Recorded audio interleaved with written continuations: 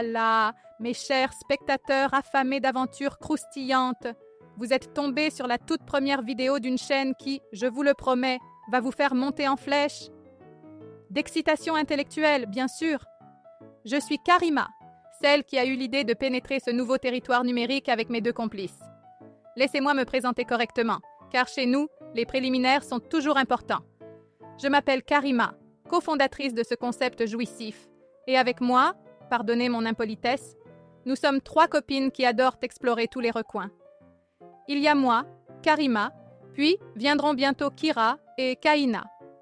On nous surnomme les 3K, un petit nom qu'on nous donne tantôt avec affection, tantôt avec jalousie. Pourquoi jalousie? Peut-être parce que nous osons nous introduire là où peu de femmes s'aventurent. En apparence, nous sommes de sages doctorantes en sociologie, plongées dans nos recherches sur le Maroc et l'Algérie. La Tunisie viendra plus tard. Désolée pour nos amis tunisiens, mais c'est l'Algérie qui nous fait vibrer en ce moment. Mais ne vous y trompez pas. Sous nos airs d'intellectuels, nous sommes des enquêtrices de rue intrépides, toujours humides de transpiration, après nos longues journées à explorer cet immense pays brûlant. Chaque expérience est notée précieusement dans nos carnets, qui gonflent de jour en jour d'anecdotes croustillantes.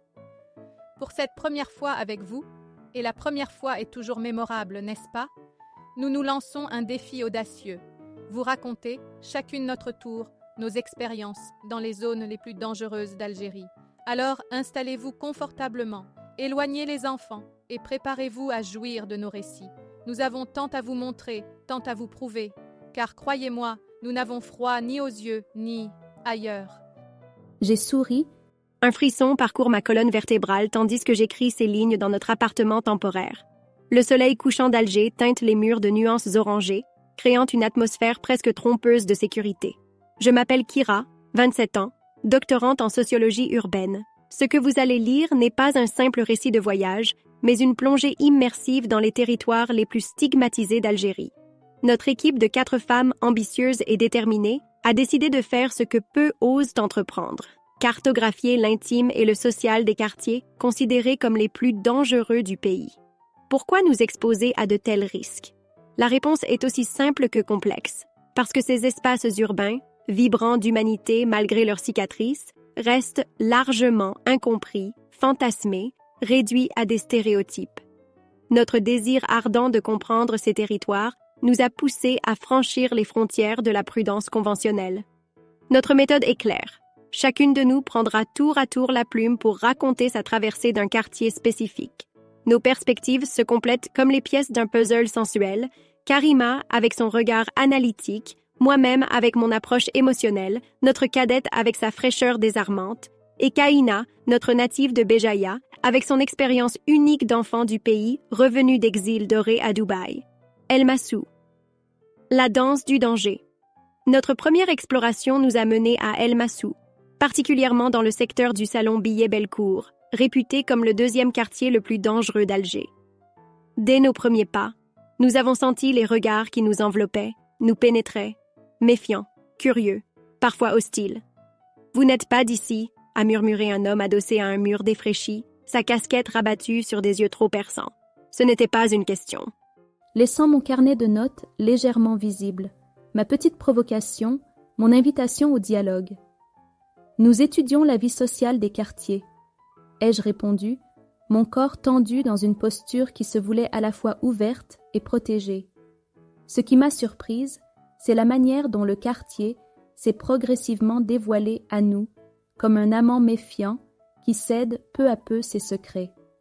Derrière les façades décrépites se cachaient des histoires de résilience, de solidarité forcée et d'économie alternative. Les jeunes hommes, d'abord distants, ont commencé à se confier, parlant de leurs nuits sans sommeil, de ces heures où ils vivent la nuit parce qu'ils n'ont pas de travail, d'argent ou de voiture pour avoir une vie normale en journée.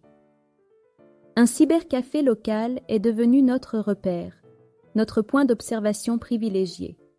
Là, entre 2 connexions Internet sporadiques, nous avons pu observer cette économie parallèle qui fait vivre le quartier. Vente d'alcool, après la fermeture des commerces autorisés, trafics divers qui prospèrent dans l'ombre des institutions absentes. Je vends aussi de la drogue. Je ne vais pas m'en cacher. C'est tout ce qu'on peut faire pour s'en sortir. Nous a confié un jeune homme au regard voilé, sa confidence suspendue dans l'air comme une invitation à ne pas juger. Ce qui m'a particulièrement touchée, c'est l'absence cruelle d'infrastructures de loisirs. Les 2 piscines qu'on avait ont été fermées. On n'a ni jardin, ni terrain de jeu, ni cinéma. Cette privation sensorielle collective engendre une tension palpable qui flotte dans l'air comme un parfum entêtant.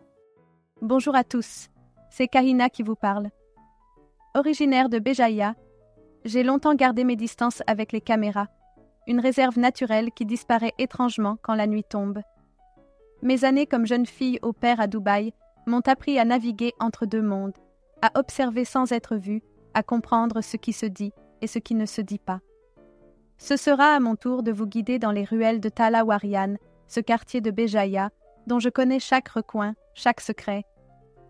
Là où Kira utilise son charme académique et Karima son autorité naturelle, j'apporte une connaissance intime du terrain, des codes et des plaisirs locaux que j'ai découverts avant mon départ pour les Émirats.